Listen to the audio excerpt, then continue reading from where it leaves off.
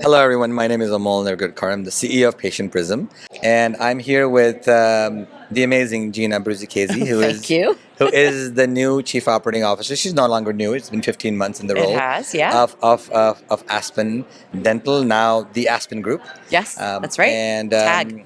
I met Gina a few weeks ago in Chicago, and instantly knew that I had hundreds of questions for her. And I grabbed her right now on the trade show floor to ask her a few because I'm so intrigued by her background, her story, and her responsibility now she has to lead an organization that is really, really making a tremendous difference in changing lives of Americans in Absolutely. a meaningful way. Operations is hell. Okay. Operations is hell. It's And, not easy. and it's the It's career I've chosen. it is the hardest thing, right? Yeah. I look at organizations across the country, and one of the big challenges people have is the industry is growing fast Yeah. right now. One location becomes 5, becomes 50, becomes 100, right? Becomes And 965. 965 in the case of Aspen. Yeah. And dealing with the operational challenges is, how do you really scale this? Like, how do you manage an organization from an operations standpoint when you're at that many locations? How do you keep a pulse on everything that's going on as a leader there? Yeah. Like, how do you do it? I mean, I would drive myself nuts. Yeah, no, I mean, you don't drive yourself nuts, but you don't always get great night's sleep, okay? Because you're constantly thinking about how you can continuously improve and how you can continuously bring value. But I will tell you, and you know this, my background has not always been in operations. I started as a lawyer, an employment lawyer who went into human resources, who went into a customer experience role.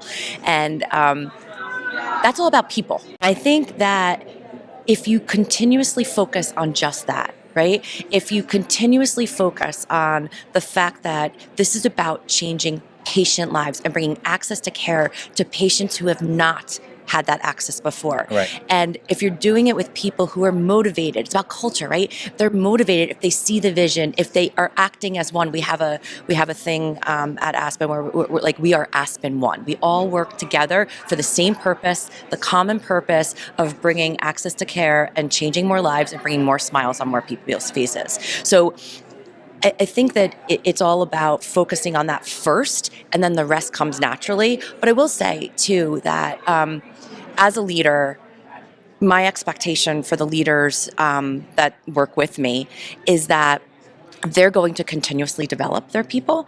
They're going to be invested in making them better leaders. And if that happens, then you will naturally have an organization that's holding each other accountable. Nice. And joint accountability is really important. And what I always say to my folks is this. And we're constantly looking at talent management. We're constantly saying can we move people around, or is somebody not meeting our expectations? There's two questions I say. I say one is, are your teams doing what you want them to do when you're not looking?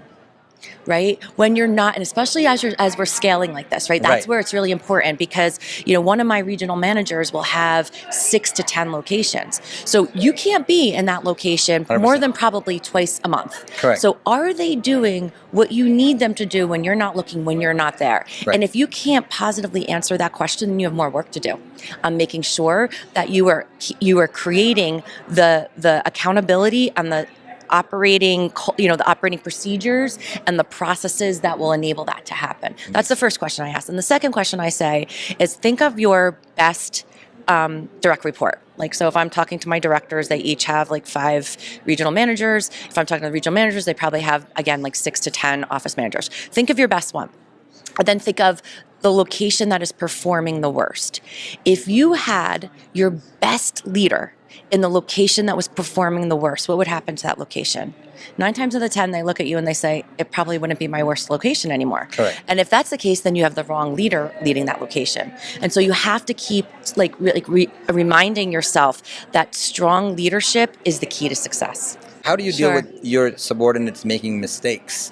And how do you kind of deal with that? I embrace that, because I think we're all allowed to make mistakes. It's Right. important to allow, to your point, for the feeling of empowerment, so that people are not just following like rules, but are doing the right thing. That's the most important. Do the right thing for your team and do the right thing for your patients. If you're doing that all the time, then you're going to probably kind of get out of the box a little bit, right? And that's okay. Like it is freedom within framework, right? Like we have this general framework, but we want to give people the freedom within it.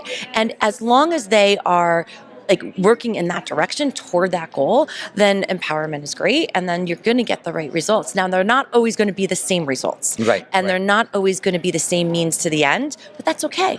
That's okay. That makes us human. Now, when people do make mistakes, I think it's about, I call it Monday morning quarterbacking, right? And like I bring them aside and say, okay, let's think about that. What could you have done differently? What resources could you have asked for that would have changed the result? What people could have you kind of contacted, or how could you have managed your own team to hold them better accountable? And if after we do that and we learn from it, we take those learnings and then we say, don't do it again. Right. Like that's the expectation is that you're not going to do it again, that you're going to learn from this.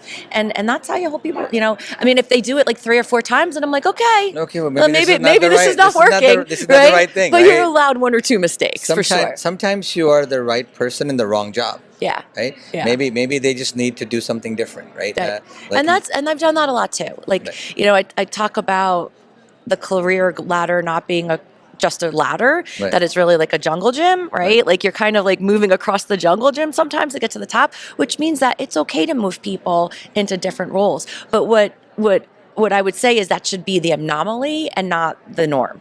What advice you have in like how do you get the right people in the right seats? And how do you make sure, because as a leader, a lot of these organizations struggle with this. I mean, you guys have figured out many things, and you're still figuring it out. But a lot of them struggle with like putting the right butts in the right seats. So I think, that's a great question. So I think part of it is that I think great best-in-class teams, high-performing teams, are teams made up of both. People who have been organically grown throughout the organization, who have tribal knowledge, so to speak, as well as people who are bringing diversity of thought from the outside that has not been part of the tribal knowledge. So I think you need a good balance of both to have that perfect cocktail of operational excellence. But what I would also say is that, what I typically say to my teams is, it's if somebody's been a hygienist for 10 years and there's a hygienist manager position open, recognize that the skills are very different, right? The skills that will enable success are very different. And let's be clear that to be a great manager is going to be different than being great with the patient and doing your job, like your clinical job. And so let's talk about what those great skills are that will make you successful as a manager. And let's really be honest with ourselves. If this person has demonstrated them, and if they haven't demonstrated them, is it something that we can grow them into, right? And I think that has to be a really like direct and serious conversation. That's a great point. I mean, I think we could expand on this when we finally meet in Chicago. But I think I love this idea, because developing people is really the name of the game, and getting them to be to performing at their highest and best use of what they have. And if they don't have that, then having them do something else or not be in the organization sometimes, but you don't want to put the wrong people in the wrong place, because they might be the right people, but just in the wrong place, and and just not. The hygienist could be phenomenal at doing hygiene and great, but in terms of dealing their relationship with other hygienists, that could not be their forte.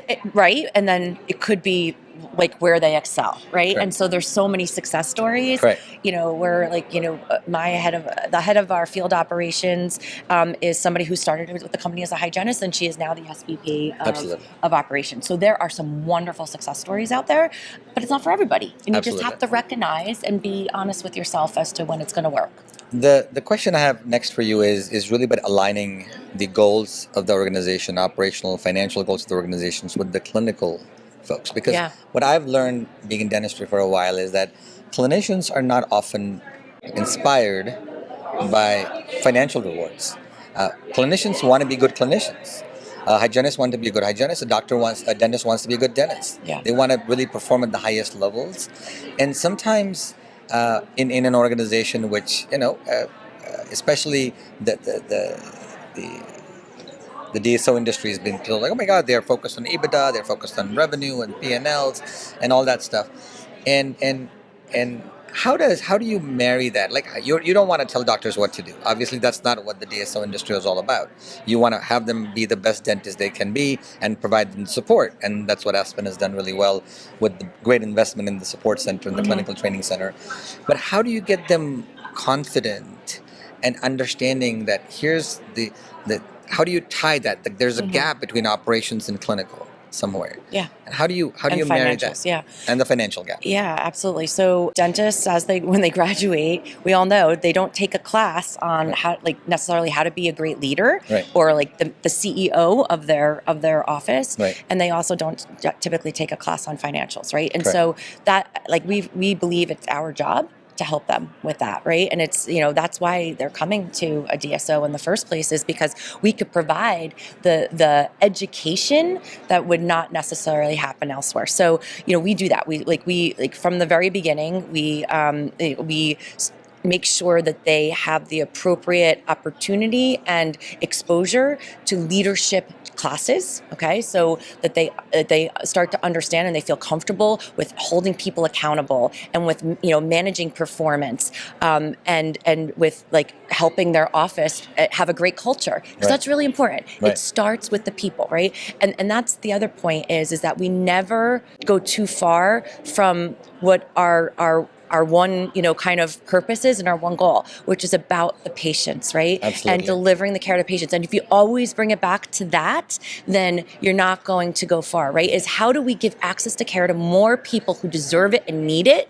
And how do we do it with team members that are empowered and excited about doing it, right? So if you keep bringing it back to that, I think you're always going to find success. And what I will say is, we also recently created a small team that are experts in creating business cases that we deliver to our clinicians. Nice. To help them understand why, and to connect the dots. Right. As to, well, why are we talking about, like, it would be great for you to be educated on implants? Correct. Why are we talking about, that you should really understand, when clear aligners are needed? And we're doing it because these are the reasons why, because 70% of the patients that walk through the door actually need them. Absolutely. And as a standard of care, that's what you should be delivering, and we want to help you deliver that standard of care. Absolutely amazing answer, because it is true. If you make it about patient health, because we know patients need dentistry, patients need orthodontics, as Dr. Rao was Right. talking about. Right. 70% of people need orthodontics. That's right. And most of them think it's all about the aesthetics, but it's really not. It's not. It's all about function and everything else. It's about healthy But mouth. so if you communicate with the clinicians on getting them to a place where they're getting the patients the best care possible, then that automatically drives the objectives, which are financial or otherwise, of the organization. That's right. Because doing the right thing for the patient is what eventually becomes what right thing for the doctor, the organization, and everybody else. But they have to understand the why, and they have to connect the dots on their own. And That's important. What we've learned is not every clinician will respond to the same business case, or to the same explanation, or to the same why. And so we are working, and we realize that our doctors are all different, so we have to help them understand differently, and we take that approach individually. What is the role, and then this could be a sidebar question maybe for Dr. Judge in your organization, Yeah. but what's the role of the chief clinical officer, chief dental officer, the Dr. Judge in this process? And how do you interplay with Dr. Judge and his team from that clinical operations alignment? Yeah, absolutely. I mean, Dr. Judge and I are attached at the hip, as are the people that report to him. We have actually brought several of our high-performing dentists and owners. We have brought them to the corporate world. They now report to Dr. Judge, and they are really important in us creating those business cases, because they understand it from the clinician side as somebody who actually was doing it, right? Right. So we've created an amazing team under Dr. Judge that that understands the way a clinician's brain thinks, Right. and then we work together to come back to the clinician with those explanations. That's how you bridge the gap. You do it through cases. You involve the clinicians, and you meet the doctor where they need to be met. That's right. Some doctor will get a case, and some doctor will say, "Oh, no, that narrative doesn't suit me." But then you look at it differently and That's say, right. "Hey, you have another doctor on the team, like, hey, this is why." And then all of a sudden it clicks, and then It they clicks. get it, and Right, you need that right. click. And you have now you have a committee, you're saying, under Dr. Judge, who kind of looks at all this stuff. The whole and team, and they all focus on something different. They all focus on orthodontics yeah. or endo or And we have perio. somebody who's like helping them through the first year of their career after they graduate, and Right. then we have somebody else who's helping them after that first year, and it's helping them connect the dots and see what they need to. And that's what in my interview with Bob, he was saying that we get our doctors to clinically perform at their best and do really well. Your doctor partners make some of the best living standard of do. living. Had They some of the do. best standard of living in the world in terms of, and have a great lifestyle. They do. Work-life balance, clinical support, mentorship, financial support, mentorship, and they love what they do. and love what you do. And that is the Aspen way. I don't know what you call it, Aspen One organization, whatever that is. Aspen One. It's Aspen One. Aspen One. This is so fascinating. We really do anything to make our patients, our providers, and what I call our people, our team members, the 3 Ps: patients, providers, and people. Nice. That's our focus. Tell me a little bit about where the Women in DSO, the first summit here, and what lessons as a woman in leadership have you brought to all the organizations you've been part of, including Aspen Dental? What lessons in leadership as a female have you brought to the table that have added more color, more diversity of thought, as well as a more robust strategy to how you execute on business objectives? I mean, as a woman, Sure. there's differences, right? There absolutely are. First of all, you have to embrace the fact that there are, Yeah. right? And not try to dismiss the fact that exists. It does. I mean, we are a little different. So I grew up, my career was in a highly male-dominated industry. Right. And I was typically the only female sitting in the boardroom. I was the first and only female to run operations in a very heavily male-dominated world. And I learned through mistakes. I remember early in my career, I would often try to emulate the men around me, and I sometimes failed miserably because I was trying to be them, Right. and I naturally wasn't them. All right. And as a result of that, I looked foolish, and I recognized that, and I started to embrace who I was, and I am a woman. I'm a single mom. I have 2 wonderful girls. I maybe am, a little bit more empathetic than a man. I'm probably a little bit more emotional than a man. I probably lead with my heart more than most. And I started to say to myself, that's okay. That's who I am, and I have to lean into that, and then help those around me feel comfortable with that too, so that they too can come out of their shell and let their best self shine.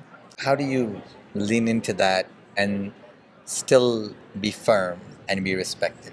Oh, that's very easy to do that. Okay. So, because it's about empathy, it's Right. about compassion, it's about teaching and coaching and helping people grow and all of that, but it's about setting expectations. And expectations are that we are going to perform. We're going to perform well. If you need help, you're going to ask, and that we all do the right thing. I said that earlier, right? It's all about doing the right thing for our patients and for our clinicians and for our team members. And if people are doing that, then I don't need to be firm with them, right? Correct. They're doing the right thing. But if they're not doing that, if they're not meeting the expectations, then it's easy to say, hey, we talked about this. Right. It's just, this isn't working. It's not the right fit. So I empathize with you. I understand where you're coming from. But at the end of the day, we still have to do right by our patients. That's right. We have to do right by our teams. And this isn't doing right by them right now. This is not meeting our core values. That's right. What we believe in. and you can still do it. You can lead with empathy, you can lead with compassion, you can lead with your heart, and you can still be firm and still be respected because you're holding people accountable to do what's right at the end of the day for the patient. That's what counts the most. Beautiful. Gina, what a pleasure. I could talk to you all Amol, day. it's been great. Thank you so much. I hope to do more of this in the future. Absolutely, we and will thank you do for it. choosing me to be on talking with you today. Thank you so much. Okay. Bye.